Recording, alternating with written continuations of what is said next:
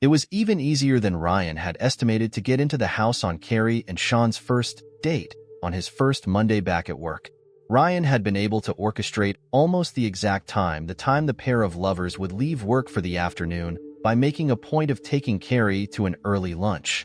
He set it up on Sunday, telling Carrie he would come by to pick her up on his way out of town for a business appointment in Austin. She'd agreed she could hardly say no the way Ryan put it to her, and suggested a Taco Bell near the downtown Banks location. Ryan knew the proposal of a fast food meal was made to get it over with quickly and get Ryan out of town speedily. That was fine with him. His only goal in eating lunch with her had been to make sure she and Shawn Michaels couldn't leave work in the morning. Ryan and Consuela wouldn't have to wait all day near the Gilchrist residence waiting for something to happen. Instead of renting cars to travel back and forth, Ryan and Consuela borrowed nondescript vehicles from Consuela's family. They were in Consuela's cousin Alfredo's car today. The rest of the week, they would have the loan of automobiles, a different one each day from other individuals in Consuela's family and friends of the family. The way it worked was that Consuela's aunt had spoken with a number of people she trusted. She arranged for a gassed-up, smooth-running vehicle to be sitting in an out-of-the-way parking lot with the keys under the mat each morning by 7 a.m. Consuela and Ryan, though Consuela's aunt had no knowledge he was part of this, had full use of the vehicle all day. When it was returned to the parking lot, it was understood there would be an envelope under the mat with the keys containing a few $100 in $20 bills. No questions would be asked, and none answered. Ryan had told his senior foreman he was going to continue his time off and go out to the deer lease he'd had for years up near the little town of Marble Falls. It wasn't unusual, even though he'd already been away from the job for 2 weeks. Ryan always got some deer tags about this same time each year and took a little vacation time to drive north of San Antonio up to the cabin on the lease near Marble Falls. It wasn't remarkable enough to even comment on.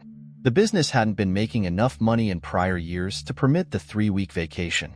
Everyone wished him good luck in the hunt. Consuela was sick. It was that crud going around. She told her boss, or maybe it was the flu. She really hoped it wasn't a new strain because she hadn't gotten a shot this year. Anyway, she was going to use some sick time. She hoped she'd be back in tomorrow or maybe the day after. The bank manager wished her the best and hoped she'd soon be feeling better. Ryan and Consuela talked about anything that came to mind while they waited in the small barbecue restaurant's parking lot. It helped pass the time, and they were slowly coming to realize they enjoyed just sitting and talking.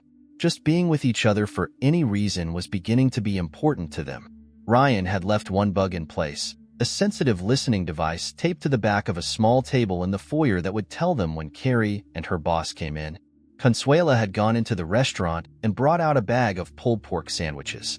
She and Ryan had each eaten a couple. He was still hungry after his rushed lunch with Carrie, but the primary purpose of the purchase had been to establish a reason for the thoroughly unremarkable auto to be parked in the restaurant's parking lot.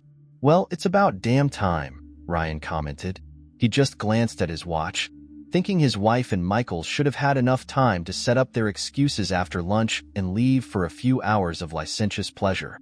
The key rattling in the front door lock was clearly audible coming from the speaker of the portable receiving unit resting on the dash. The excited voices that followed almost immediately made it a certainty. Carrie and her lover had arrived. Consuela and Ryan got out of the big gray Ford quickly. They had no time to lose, but they were careful. Taking a slow look around to make sure no one was watching, Ryan led Consuela into the scrub oak and brushed to the west of the restaurant. It was the same stand of stunted trees and heavy underbrush that ended just behind Ryan's home. They'd talked about dressing in black and maybe drawing a mask over their faces or something, but they quickly discarded the idea. Going about dressed like ninja wannabes would draw attention from everyone in sight. Instead, they settled for a wig to conceal Consuela's true hair color: plain, faded baseball caps, and dark sunglasses, and thoroughly unremarkable clothing. The colors in their shirts and pants were muted greens, browns, and dark grays. Their footwear was unremarkable and dark-colored. The sizes on the shoes and boots they'd bought for this job were varied. On one day, they could put up with 2 tight shoes for the short time they would need to. Another day, they would wear multiple pairs of thick socks and shoes that were too big. Everything they wore was clean, but well used, and had been obtained from Salvation Army and Goodwill stores in Austin, Dallas, and Houston. Nothing had been purchased locally. Each of the 6 sets, the 5 they thought they'd need plus a spare of clothing and footwear, would be burned at the end of the day in which they were used. The metal zippers, other bits of metal, buttons, sunglasses, etc., would be scattered in the deepest part of several regional lakes. It took only 10 minutes, maybe a little more, to negotiate the couple of 100 yards through the tangle of brush and undersized trees. They could have done it in less, but Ryan deliberately led Consuela on a roundabout route through places where they wouldn't leave tracks. Actually, it wasn't difficult to find stretches of hardpan soil, or stretches of bare rock where their shoes wouldn't leave any tracks. They would come back the same way, and Ryan would use a branch to sweep across the sections where they did leave a trail. They would use this particular path only this once. Nothing they could control was being left to chance. At the edge of the woods, they took disposable latex gloves from their pockets and pulled them on. They checked each other's appearance carefully to make certain their disguises, such as they were, remained intact. Ryan gave Consuela a thumbs-up gesture, and she returned it with a nervous smile. Without waiting any longer, the pair hopped the fence and walked purposefully to the patio door. They didn't run. They'd planned their walk to appear as natural as possible. They kept their eyes moving behind their dark glasses. They saw no one at the windows of the house they would be entering, and nothing alarming from the houses to either side. 3 steps into the yard, tall shrubs on both sides of the Gilchrist house hid them very effectively from anyone who might have been at the windows in the neighbors' homes. Ryan opened the patio door with the ease of long familiarity and slid it open in one sure movement. As he'd predicted, Carrie had not thought to make sure the house was secured when she came home in the middle of the day. Seconds later, the glass door was closed softly behind them. He and Consuela moved to the side, where they'd be out of sight from anyone outside, and stood close together. They hardly dared to breathe for a long moment. Ryan looked at his watch and showed the face to Consuela. They decided they would be out of the house at the 26-minute mark, no matter what they'd accomplished or left undone. The woman nodded her understanding. Ryan started the stopwatch function and let his arm drop to his side. They spent a moment longer just listening. They were amateurs. Their hearts were in their throats and had been since they got out of the car. Their bodies had dumped quantities of adrenaline into their bloodstreams, and their pulse rates were skyrocketing. They needed the moment just to focus on what they were about to do. The moaning from upstairs told them the adulterers were already hard at it. "Oh, God, Sean," Carrie screamed. "Do that. It's been so long, darling." Ryan's forehead was suddenly creased with deep lines. He stood stock still in the kitchen doorway. The fury he'd felt to a greater or lesser extent since he discovered Carrie's second infidelity had ebbed over the past couple of months while he and Consuela were working on this plan. The anger came flooding back as he listened to the pair of lovers up the stairway in front of him and down a short hall. This was too much. He'd already shifted his weight to his left foot and was preparing to step off on his right to go up the steps when he felt the weight of Consuela's hand on his forearm. He looked around. Consuela's eyebrows were raised in question. They'd agreed they would not speak a word until they were safely back in the car. Her touch brought a measure of sanity back to him. Suppressing the rage, Ryan gave her a strained smile and a weak smile. He took a shuddering breath. It wasn't easy, but he settled back squarely on his feet and set himself to listen only for signs his wife and Michael's were about to come downstairs. He checked. He was not aroused. The activity in which his wife was engaged upstairs was not keying the primitive response he'd learned about. He'd beaten it. He grinned at his partner and gave her a firm nod. Reassured, Consuela looked around the living room, spotted the laptop on the sofa, and walked carefully across the living room carpet to retrieve it. Ryan had taught her to walk the way his grandfather had showed him. It was the way Comanche warriors walked when they were stalking game or enemies. After some practice at odd moments over the past 2 weeks, someone walking beside her couldn't hear her footsteps as she crossed a creaky hardwood floor. Ryan grinned wolfishly. Consuela took the laptop into the kitchen and sat down at the table. In another minute, she was logging in to the bank server and entering Michael's password. They were mildly surprised when it worked. They knew the bank regulations called for all users on the institution server to change their passwords no less than every 60 days. Shawn Michaels thought himself above all that, though. He hadn't bothered. Flashing Ryan a smile, Consuela laid out the pages of a printed spreadsheet of account numbers set up by great-uncle Roberto on the table beside the laptop. The sheets of paper would be burned sometime tonight, along with the clothing they wore. They would rely on the digital version on the laptop cousin Richard was guarding and the backup great-uncle Roberto had. They had other printed spreadsheets, with other account numbers, hidden in Ryan's pickup for the raids they would conduct on the bank during the rest of the week's visits. Consuela went to work locating the accounts of a number of very, very rich people who'd entrusted their wealth to Shawn Michaels and Carrie Gilchrist. Soon she was typing commands into the system as fast as her fingers could move. Back in the car, they couldn't restrain themselves. They laughed wildly at each other's comments, no matter how weak the humor was. Consuela kept reaching out to touch Ryan's hand and forearm. She couldn't help it. They'd conspired and had now committed a serious crime. They needed the closeness to reassure each other. After a while, the adrenaline wore off and they were quiet. Her hand was still protected in his, though. It was a comfort for both of them while the enormity of what they had done sank in. By the time they got to where they would exchange cars, holding hands just felt good, period. They left the barbecue restaurant's parking lot immediately, making a point of driving well within the speed limit along a route they'd mapped out a week earlier. It had been difficult, but they'd found a path through the city that dodged around all the places they could see had security cameras pointed at the street, or places they would reasonably expect such devices but couldn't immediately find them.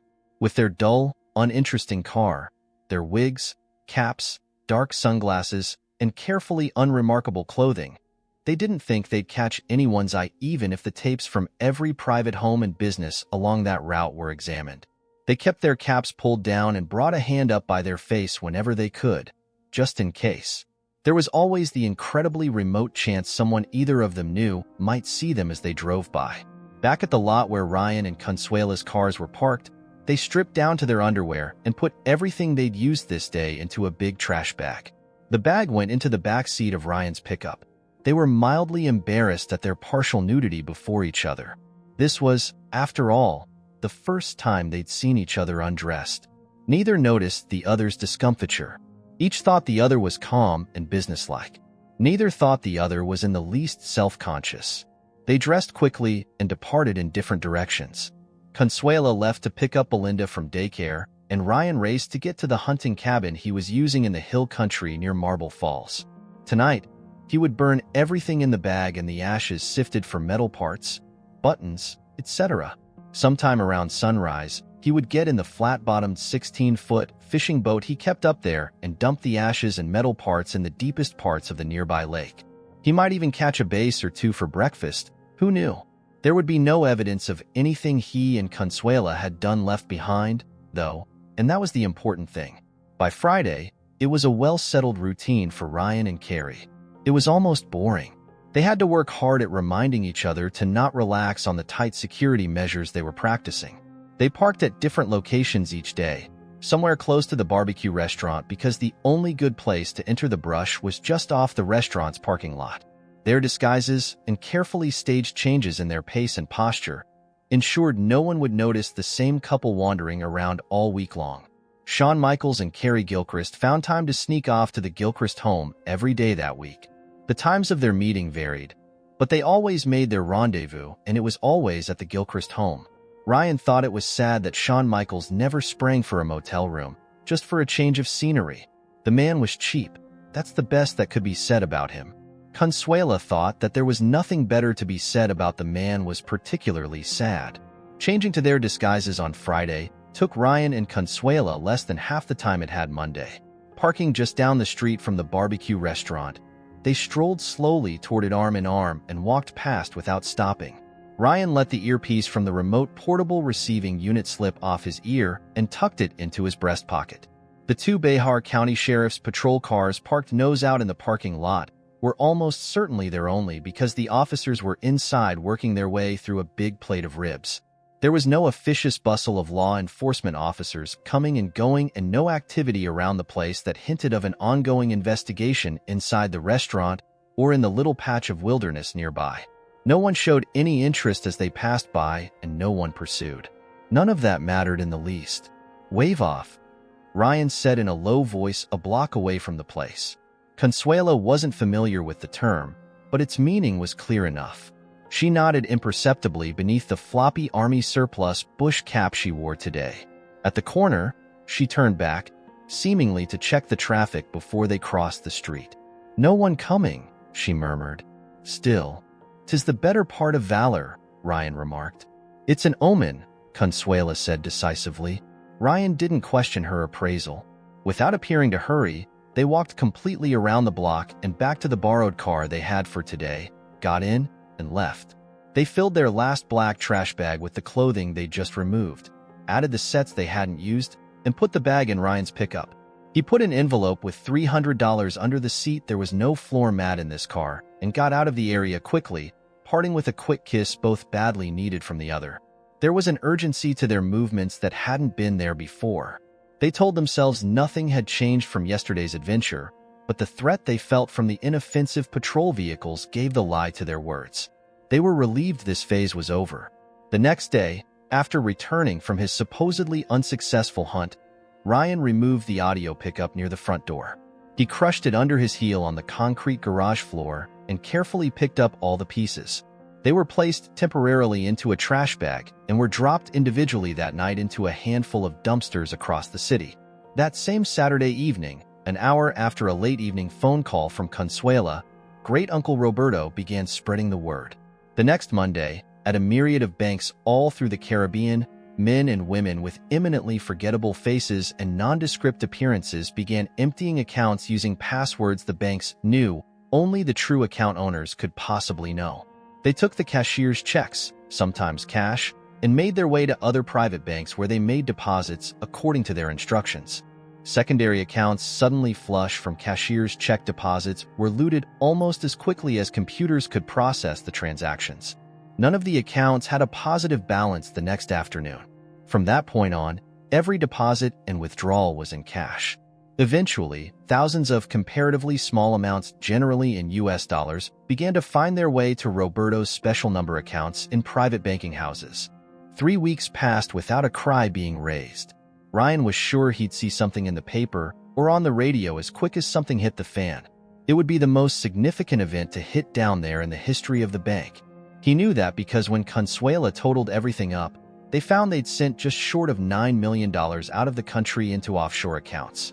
None of that money was anywhere near where it had been sent initially, of course, and investigators were going to find the trail quickly went cold. It was going to be all but impossible to track the money beyond the first or second deposit account.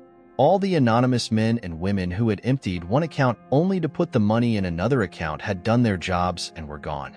They'd already melted back into the faceless mob in a double dozen of Caribbean cities, putting away their best suits and dresses for the next time they would be required. They could not testify who had given them their instructions, even if they could have been coerced into doing so, because the instructions had been given them by other, unnamed and unidentifiable people who also faded away into the population. By the time the funds had been moved a third and fourth time, there was no way anyone could trace their destination. There were just too many cutouts. The money disappeared into the enormous pool of wealth floating between the banks in the Caribbean without making the slightest of impressions on anyone. The banks in Cayman Islands alone boast assets of over $800 billion, and similar amounts rested in the remainder of the offshore banks. $9 million didn't even make a ripple as it was dropped in. Each time the money was moved, of course, little nibbles were taken out. It didn't matter. Even after everyone took their slice and Great Uncle Roberto took his, there was still more than $7 million left over. That was plenty for Ryan and Consuela. The bank was burned bad. They were sure that much of a loss was going to hurt. The funds began to arrive in Mexico City, buried in routine transactions on accounts Roberto controlled. The amount was phenomenal, considering Consuela had had to stay under $10,000 on each transaction. They hadn't wanted to start raising red flags by filing bogus currency transaction reports required for wire transfers of greater than $10,000. Consuela had even managed to set up a vast number of automatic transfers that occurred after she went offline. Indeed, after the first day, this was how most of the work was done. It was all so simple.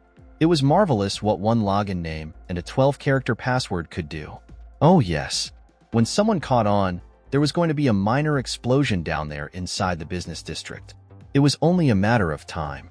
Ryan and Consuela continued living their lives as they always had. They had only to wait. "Hi," came the tinny voice. The prepaid cell phones didn't have the best of components. "How you doing?" Ryan replied. He knew Consuela's voice by now, even distorted as it was by the cheap phone. It was the time of day they'd set up to talk to each other, a thing they did nearly every evening now. They liked the contact, tenuous though it was. "Good, real good, how about you?" she answered. "Doing great, tired of waiting, but good otherwise," Ryan remarked. That was as far as he would go. They would say nothing that anyone listening could interpret as being associated with the biggest bank robbery in Texas history, as they thought of it. Today, he was in his pickup and driving on the southeast side of town, well away from his office and residence. Yesterday, he'd called her from near his house. It wouldn't do for calls from these numbers to be carried by cellular relay towers in every section of the city, except those close to home or office. They were careful to plan their normality down to the last detail. "Me too," she said. There was a long pause and some muffled noise in the background. Y Mr. Jan. Ryan's features softened. Y Belinda. "How are you?" he said gently. "Fine," the little girl answered. "When are you gonna come to see me?" she asked plaintively. It had been a while since Ryan had found an excuse to leave the city to go to her mother's house. "Oh, I think I'm going to be there on Sunday," Ryan answered. He had a couple of crews that were going to go to the small town again on Monday.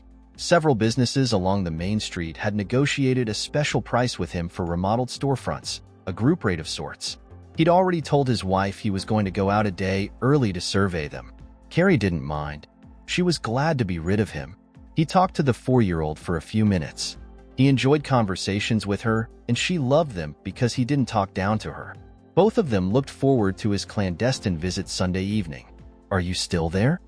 Consuela asked when she finally was able to pry the cell phone from her daughter's small hands. Ryan chuckled. He'd heard the exchange that occurred while Consuela had been in the process of regaining possession. Belinda was not happy at having lost control of the phone. "Aha," he replied. "I think she needs to be taken out to Baskin-Robbins for an ice cream cone or something like that Sunday." It was one of Belinda's favorite things to do. Baskin-Robbins? Consuela said a little louder than she needed to. That was for Belinda's benefit. "I don't know, do you think she's been a good enough girl for that?" The fussing in the background died away quickly. Ryan chuckled again.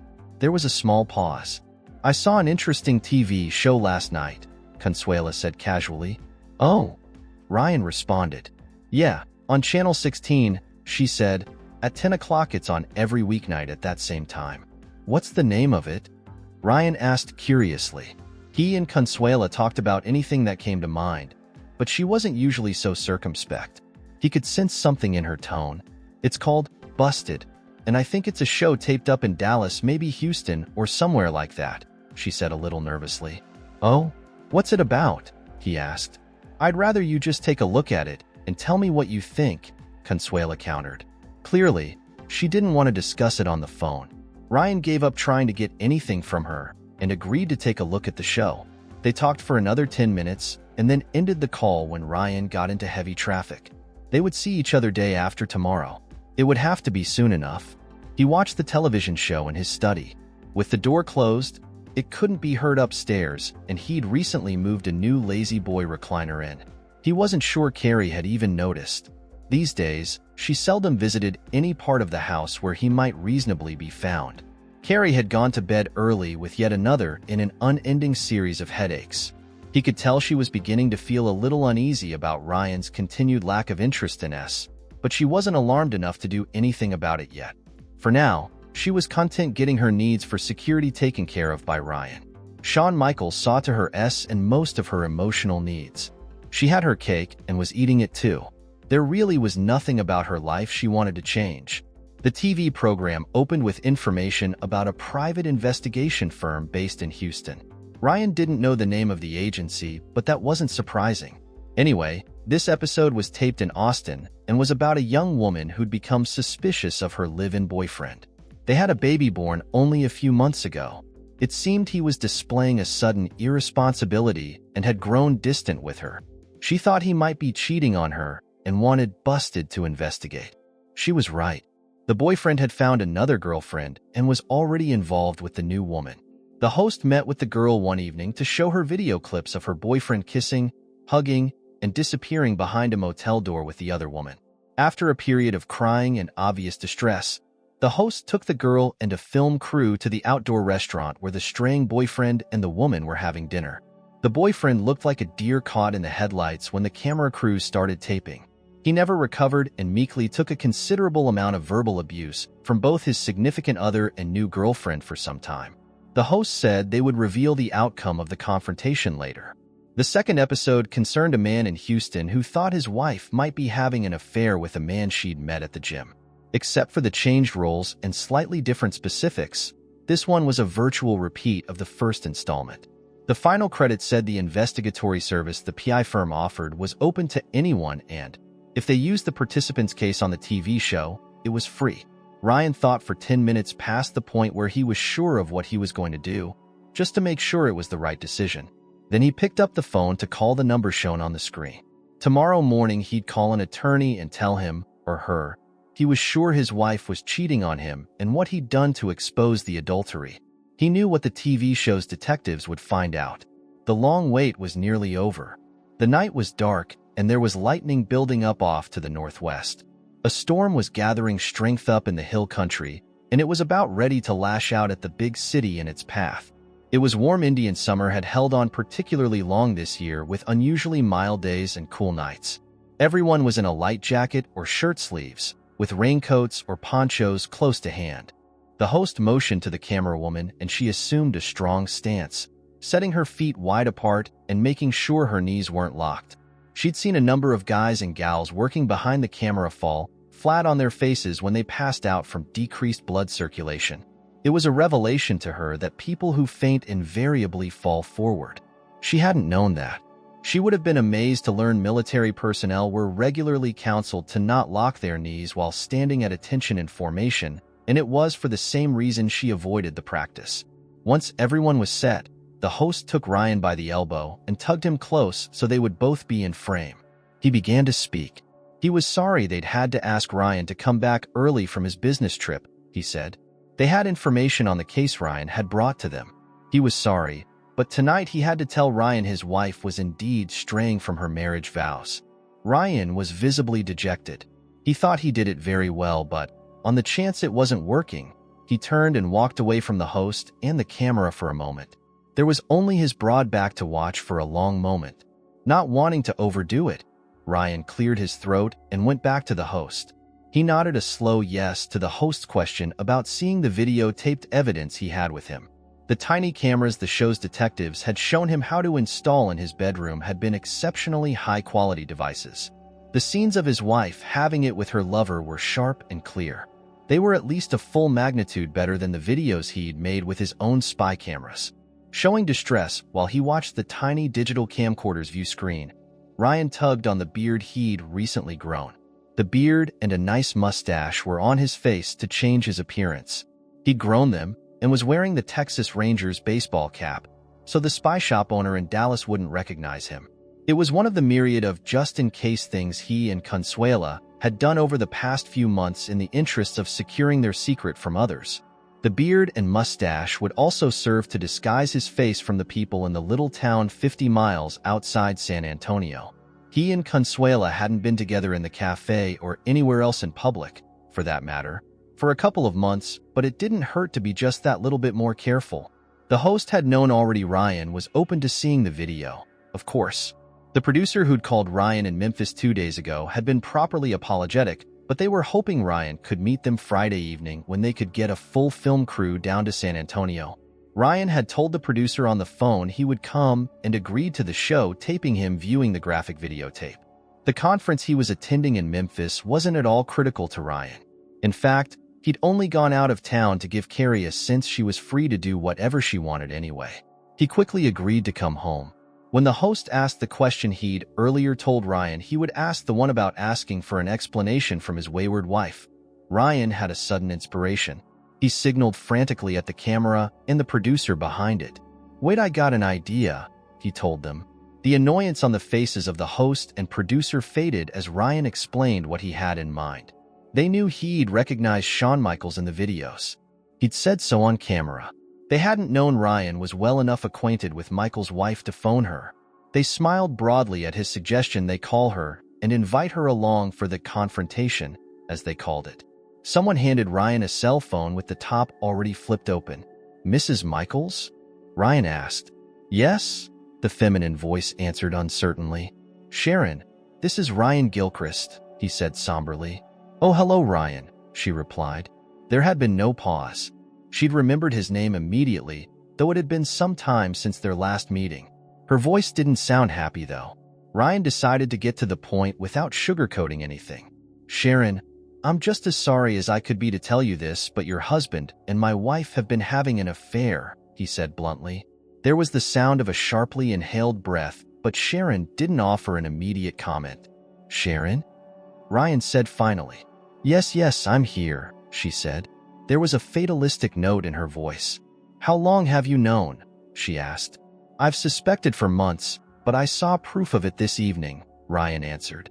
He'd expected some form of that question and had an appropriately ambiguous answer ready. "I see," Sharon Michaels said uncomfortably. "Well, I can't say it's a big surprise," she said with a deep sigh. "Damn him," she added. "Sharon, the thing is..." Ryan didn't quite know how to raise the next point. "Well, I'll just blurt it out," he told her. "Sharon, I'm with a film crew from a TV show out of Houston, and we're about to go surprise them on a date in a restaurant down on the Riverwalk." There was silence on the other end of the line for a long while. "Oh, wow," Sharon breathed into the phone. Abruptly, she giggled like a schoolgirl into the phone. "You're going to do a number on my dumbass husband, aren't you?" She laughed more heartily. "Serves him right, the jerk." "Yeah, Sharon, I don't know if I should say it this way, but I'm going to destroy him and my wife tonight," Ryan told her. "I can't imagine he'll be able to keep his job, and I'm sorry for what that will do to you." There was a short silence. "Now don't worry about it," Sharon replied. "He's got a big old golden parachute in his contract, and he'll get a nice settlement even if they fire him tomorrow morning. I'll have all of that, and my pound of flesh too, before I'm through with him," she added. "Huh," Ryan said explosively into the phone. He was grinning broadly. "I don't blame you a bit, but listen, Sharon, the last thing I have to say is, do you want to come with us and drop a double bombshell on these two jerks?" Sharon was quiet for a moment longer. I hadn't thought about that. I'm not sure I want my face plastered all over you know what? I think that's exactly what I need to get a little closure on this." "Yeah, I'll go with you. Where are you?" "Let me have the producer tell you all the specifics about where it's going to happen and stuff like that," Ryan said. When she said okay, he handed the cell phone to the producer and let him set things up. It didn't take long. When she got to where they were setting up, they would sign her to an agreement to use her voice and image on the TV production. Then they'd outfit her with a battery-powered lapel mic like the one Ryan had clipped on his shirt collar. The power pack was hooked on his belt in the small of his back. It had sharp corners. He had to be careful not to lean back against a solid surface. There were 4 big cameras, and it apparently took a crew of 3 to work each one. In addition to the man or woman operating the heavy video camera, there had to be someone to guide him or her around. Tugging on their clothing or guiding them with a hold around the waist, they made it unnecessary for the cameraman or woman to take their eyes from the viewfinder. The third individual carried a big boom mic and in one case, she could thrust close overhead to pick up everything the people in front of the camera were saying. A group of guys and 2 women the producer identified as licensed private investigators accompanied the cameras and host. There were almost as many of them as there were people to record the event. The host kept referring to them as security and detectives. The producer had gone into the rowdy nightclub beforehand and buttonholed the manager to tell her what was happening. The manager had seen the show before and knew the excitement it was going to bring to the club. She had no problem with it. Excited people were happy people. They ordered lots of drinks, and that's what she was in business for. She told the bouncers what was happening and instructed them to stay out of the way and arranged for the camera crews to come in a side door. She turned off the automatic alarm opening that door would normally set off, so they could get to the table near the dance floor that much quicker. The host and Ryan walked swiftly from the door into the club's interior. The camera operators and their handlers were right on Ryan's heels, almost pushing him ahead in their eagerness to be ready to tape the action they knew was coming. As the club patrons recognized them, a raucous roar went up, but the couple sitting at the side table didn't notice. Carrie had her back to the approaching group of men and women while Shawn Michaels was twisted around in his seat, talking to a waitress in a short skirt, apparently signing a receipt. Neither noticed anything unusual until the primary camera crew turned on the big floodlight. Carrie jumped in her seat and swiveled around to see what was happening. She was momentarily blinded and couldn't see a thing. "Hello, Carrie, what's up?" Ryan said loudly. He did his best to keep the maliciousness he felt out of his voice. It wasn't easy. This day had been a long time coming. Carrie's jaw dropped. Her eyes opened wide. She was caught off guard, startled worse than she had been when Ryan walked in on her and Marshall more than 4.5 years earlier. "Carrie, I'm Johnny Waterfield from the TV show Busted," the host told her. She looked at him disbelievingly, not apparently comprehending his words. She seemed barely aware he was there. "What?" she said faintly. The boom mic picked it up clearly, though. "Would you like to explain to Ryan what you're doing here with this man?" We're just friends," she choked out. "No, that's not true and you know it," Johnny retorted. "We have videotape of you and Mr. Michaels having it in your own home on several occasions," he told her. "Do you have anything to say to that?" She shook her head. Her eyes were beginning to grow wild. She was a trapped animal. She wanted desperately to get away, but she was hemmed in on every side by club customers and the camera crews. She could only stare in horror into the camera lens. She couldn't seem to look away. "We're just friends," she protested again. "We're just having a few drinks and—" "Is that right?" Ryan demanded loudly. "Just friends? How about talking to another of your friends?" he asked her and pointed beyond her off shoulder. "Say hello to Sharon," he snarled. Ryan had been worried about not being able to react naturally, but it wasn't necessary to fake anything now. He was genuinely enraged again at his wife's unfaithfulness. He'd lived with it for so long. It was good to let it out. Sharon Michaels had quietly slipped behind the table and borrowed a full pitcher of beer from an adjoining table. When the camera shifted slightly to center her in frame, she dumped the beer on her husband. Enough of the cold liquid splashed on Carrie's gauzy white top to make the material nearly transparent. Her hard chest was suddenly poking a hole in the wet fabric. The view would be obscured by a blurred circle in the final cut, but at the time and place, Ryan and the club crowd could immediately, clearly tell she was braless. He took in her micro miniskirt and the high stiletto heels she wore and shook his head. A second camera crew had established themselves on the other side of the table and caught his disgusted expression perfectly. "Have you even got underwear on?" Ryan sneered. Without waiting for an answer, he reached down to lift up his wife's skirt to find she did not, in fact, have any on.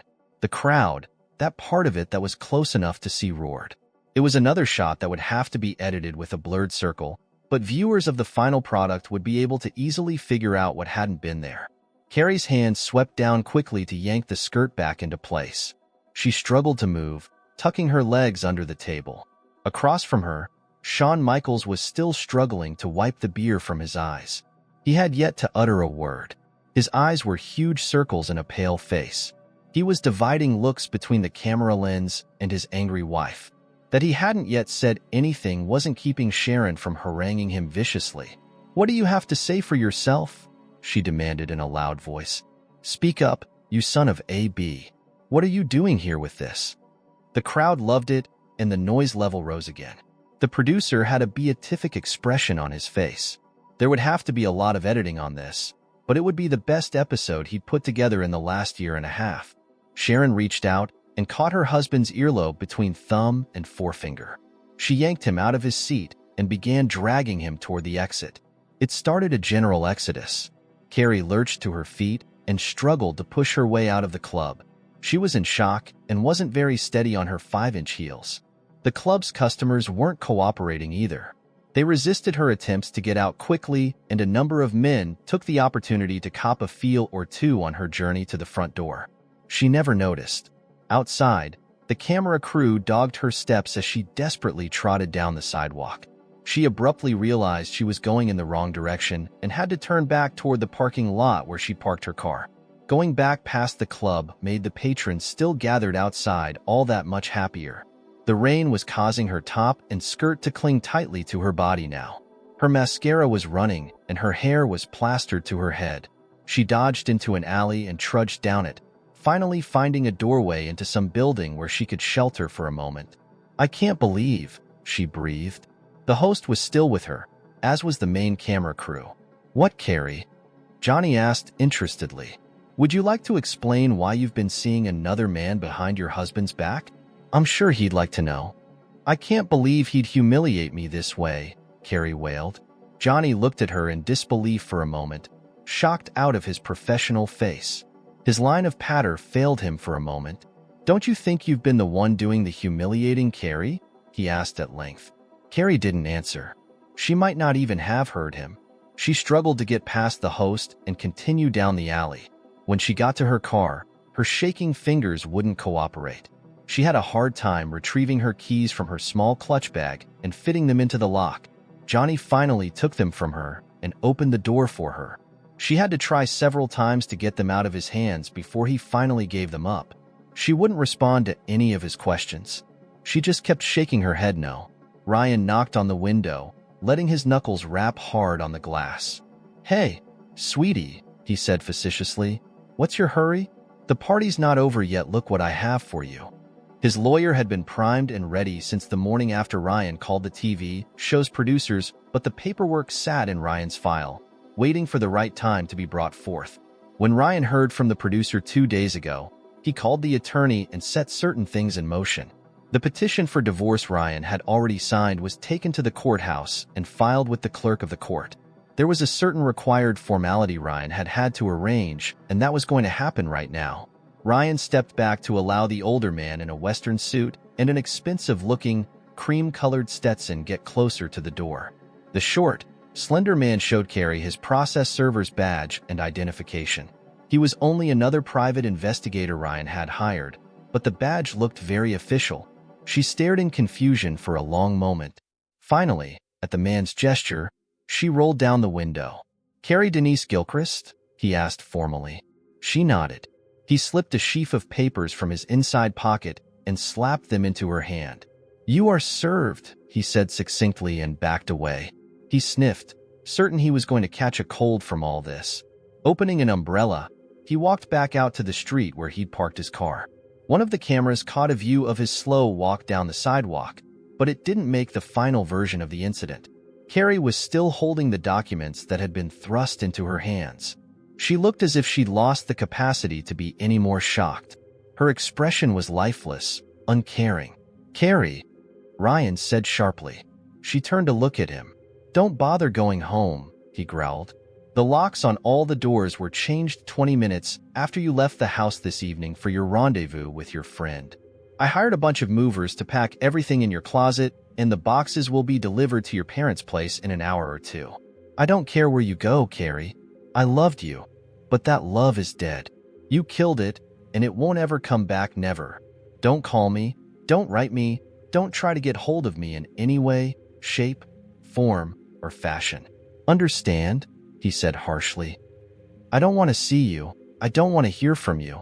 I don't want to hear about you. You're trash, and I should have kicked you out the first time you cheated on me. Just looking at you makes me want to throw up." His mouth worked for a moment, as if he might actually vomit. He struggled to find more words, but none came to him. He turned and walked away, leaving his soon-to-be ex-wife sitting frozen in her seat. The camera crew hurried to catch up. Somehow, the cameras had all lost track of Sean and his wife. It wasn't known until much later that they found out she'd whisked him into a cab she'd called for before entering the club and took him home. Neighbors heard Sharon berating the man until the wee hours of the morning. When the producers came by a week later to inquire on the status of their relationship, she bullied Sean into signing a release so the show could use his image. There was a little suspicion on the part of the producers the man never knew what he was signing. He had only one chance, and that was to do exactly what his wife wanted, every time she wanted it. When Sharon thrust a ballpoint at him, he signed where her finger pointed. Ryan went home and shaved off both mustache and beard. They'd served their purpose.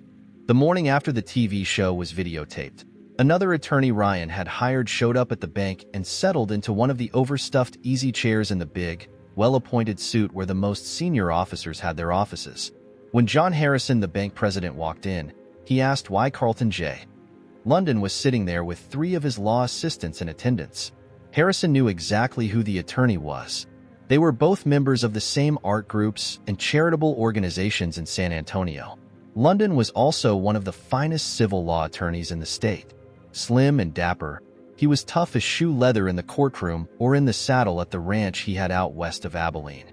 Mr. Harrison flinched and his face paled when he was told London was representing Mr. Ryan Gilchrist, husband of Mrs. Carey, a senior manager in Shawn Michaels' section. Mr. Gilchrist had filed suit against the bank for failing to enforce its own morality clauses with a number of specifications. Mr. Gilchrist was suing under the common law tort of intentional infliction of emotional distress, claiming the bank knew of his wife's affair with a junior vice president, did nothing about it, and attempted to cover it up in spite of the morals clauses in both their contracts. The suit claimed the institution had thus fostered a climate in which Mr. Gilchrist's marriage had been irreparably damaged. With the preliminaries over, Mr. London announced he would be pleased to see Mr. Shawn Michaels' personal records. Locating the supervisor of the Human Resources Department, the attorney presented him with the first in a stack of subpoenas signed just this morning by a friendly judge. The president called his senior managers together to find out just how deep in the excrement they were wading. The HR director was pulled out of the meeting 20 minutes into the meeting. He came back in a few minutes later pale and trembling. With the whole bank hierarchy in the meeting, a junior in his department had come by and noticed the subpoena lying on his supervisor's desk. Not knowing the legal department had not yet seen the writ, the junior employee had produced the requested records, and 2 of Mr. London's assistants had used the high-speed copier in the junior's own office to make a duplicate of every document in the file. Another of Mr. London's assistants had departed the building immediately with the duplicates in hand, while Mr. London was scrutinizing the originals in the small conference room. Did anyone know if the Human Resources Director could get some of the security guards together and forcibly remove the file from Mr. London's hands? Just because he had a subpoena, was that the final word? What could they do about the copies that were already out of the building and beyond their control? No one in the room would look at the HR manager or the bank president. Before anything could be done, the phone in the corner rang and the most junior of the executives answered. After listening for a long moment, he told the president Mr. London had let loose a string of 4-letter words while going through Mr. Michaels' personnel record and hadn't stopped mouthing them for a long while. Now Mr. London now asking for the records of all harassment complaints in the bank for the past 2 years. He was saying something about getting a subpoena duces tecum, whatever that was, to make that happen. The junior executive wanted to know if this was important. 3 levels of management had a simultaneously urge to throw up their breakfasts. Ryan and Consuela had discussed the TV show as a way of replacing the confrontation Ryan would have had with Carey in family court using his own video recordings. Then, based on what she knew of the banking industry, they'd quickly realized not only would the episode of Busted accomplish that aim, it would almost certainly spark an audit of Michael's entire stewardship of the personal wealth division. It did. A week after Ryan's attorney filed the suit against the bank, Consuela got a late evening call from an excited friend still working at the bank. The building had gone into a virtual lockdown just before lunch. Apparently, it was all coming from what was discussed in a panicked meeting upstairs that had begun shortly after the big bosses came in. Ever since noon, an army of men and women in expensive suits and carrying voluminous briefcases had come into the bank and disappeared into the express elevators to the top floor. Just at closing time, a second, smaller, army of people in cheaper suits had arrived. This group glanced about with hard eyes, and one of the tellers had seen 2 of them show FBI credentials to the guard before he would let them in. Other people with different-looking badges had come in right behind them. No one looked happy. Someone was even saying the senior vice president in overall charge of the investment and personal wealth divisions had to be restrained when he tried to open a window on the 22nd floor. That was probably just a rumor, but wow. Could Consuela believe all this? Her friend asked. Consuela thanked her girlfriend and begged off, saying she needed to get Belinda to bed. Seconds after hanging up, she used the disposable cell phone to call Ryan's throwaway with the news. They discussed destroying the prepaid cell phones, but decided not to until one or the other got some indication they were even suspected of being in contact. They couldn't bear to lose the one way of communicating with each other they had left. The sound of each other's voice was becoming increasingly important to them. They would limit the use of the cell phones, though. It was the smart thing to do. Mr. Gilchrist? Yes? Ryan answered absent-mindedly. His attention was on the quarterly inventory he was studying and not on the two men who had wandered in his office's open door. Special Agent Thomas, Special Agent Williams, Federal Bureau of Investigation. May we speak with you? The taller agent asked. You're in now. I reckon you might as well, Ryan answered, glancing up at last to show them an irritated scowl. He was truly annoyed with the two agents, though not for the reason they suspected. Instead of being unhappy they were there, he was upset they hadn't come by several weeks earlier. Waiting had never been his strong suit. He motioned with his free hand. The agents shoved their badges closer so he could see them. Nah, I don't want to see your badges, Ryan growled. I can buy ones that look just like that in the toy section at Walmart. Show me your ID cards, gents. The agents looked at each other, faintly surprised. Very few citizens asked for the hard-to-reproduce identification, but the agents were obligated to produce them upon request. They did. Ryan examined them for a moment and then picked up the office phone. Looking in a phone book, he had a number for the local FBI office in seconds, called them, and had a short conversation with the special agent in charge of the San Antonio office. He admitted they did have two agents fitting the description Ryan gave, and with those ID card numbers. Ryan grunted, thanked the agent in charge, and hung up. Okay, he said, you're real. What can I do for you? His eyes and forehead had cleared and his voice was friendlier. You have had occasion to doubt the validity of a federal officer, Mr. Gilchrist? Asked the older agent. Ryan nodded. Maybe 2 years and 3 months ago, some jerk came around wanting to talk to all of my workers about some anti-racketeering complaints or something like that. He flashed a badge around and had my boys wandering around wondering who Rico was. Ryan grinned at the agents. Turned out he was a union organizer come down from New York, New Jersey, or somewhere. He thought he'd do a little bit of intimidation, figuring if I was scared enough, I'd let the shop go union and so on and so forth. He's still in a federal prison somewhere, I think. I had to testify at his trial. The agents glanced at each other, a habit that was slowly beginning to get on Ryan's nerves. He wondered if they were even aware of it. Actually, both were thinking there had been an entry in Gilchrist's file to the effect that he had indeed cooperated in a sting operation some years ago. The special agent who'd been in charge of that had made a number of glowing comments about Gilchrist. So who's doing some racketeering now? Ryan asked, trying to get things moving. No, Special Agent Thomas said. We're part of a joint task force organized under the Department of Justice and the Department of the Treasury. We're investigating allegations of money laundering at the bank where your wife formerly worked. Huh? Ryan snorted explosively. Have you boys done your groundwork? Don't look at each other, damn it. One of you just answer, he ordered them peremptorily. Startled, the two agents threw another fleeting look at each other before facing back to the man they were supposed to be interviewing. They both flushed slightly. Ryan shook his head and sighed loudly. If you have investigated anything about me, he said in a disillusioned tone, you already know I won't have a wife when the judge lifts the continuance my so-called wife's lawyer asked for, Ryan added. We do know that, Mr. Gilchrist. We know other things too. We're aware the divorce is held up pending the outcome of the criminal investigation and maybe the trial, but we think you might have information that might assist in the investigation.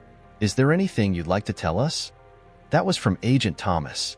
It was accompanied by a glowering look intended to frighten the guilty into spontaneous confessions. Ryan was unimpressed. His only reaction was to show them a confused frown. Gents, I can spell bank, and on a good day, I can write both money and laundry down on paper without hurting myself too bad. But that's about it.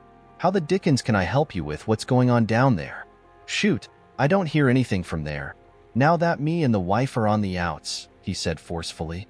Ryan sighed when the agents shot another look at each other before either spoke. He wasn't all that impressed with his first visit from law enforcement about the bank fraud. The FBI agents accepted a cup of scalding hot, almost bitter, coffee from the urn in the corner, and continued questioning Ryan for another 15 minutes without the agents learning anything of interest. They tried every angle they could think of, but neither got any signals from the guy that he had anything at all to contribute. "What do you think?" Agent Thomas asked his partner as they drove away. "I didn't get anything," Williams replied. "Me either," Thomas replied. "The guy's a little bit of a rube, don't you think? I don't think he's got the smarts to be mixed up in this." "Nope, I don't think that at all," Williams shot back. Stan Williams had been in the bureau for 22 years and had seen a lot more people come and go than his junior partner. "Gilchrist is plenty smart. Watch his eyes if we talk to him again, and you'll see what I mean. He's sharp, but he doesn't mind folks underestimating him. Gives him an edge," Williams commented.